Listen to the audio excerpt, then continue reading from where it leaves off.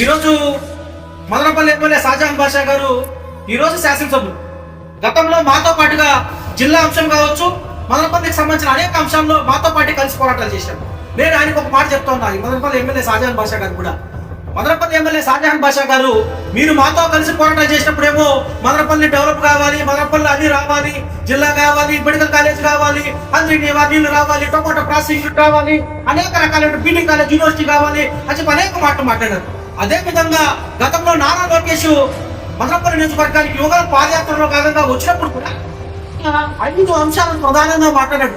ఊర్లో కట్టడం మొట్టమొదటిగా చెప్పిన మాట ఏంటంటే నేను జిల్లా చేస్తానని చెప్పి మాట్లాడాడు. ఆయన టొమాటో ప్రాసెసింగ్ ఏర్పాటు చేస్తానని చెప్పి టొమాటో ప్రాసెసింగ్ ఏర్పాటు చేస్తానని చెప్పాడు. మెడికల్ కళాశాలను మేము ప్రారంభిస్తామని చెప్పాడు. కళాశాల యూనివర్సిటీ చేస్తానని చెప్పాడు. అదే నీళ్ళు తీసుకుని వస్తాడు. ఈ నీళ్ళు నేను కుప్పం పోతున్నాయి కానీ మదనపల్లిలో మాత్రం ఆగడం లేదు.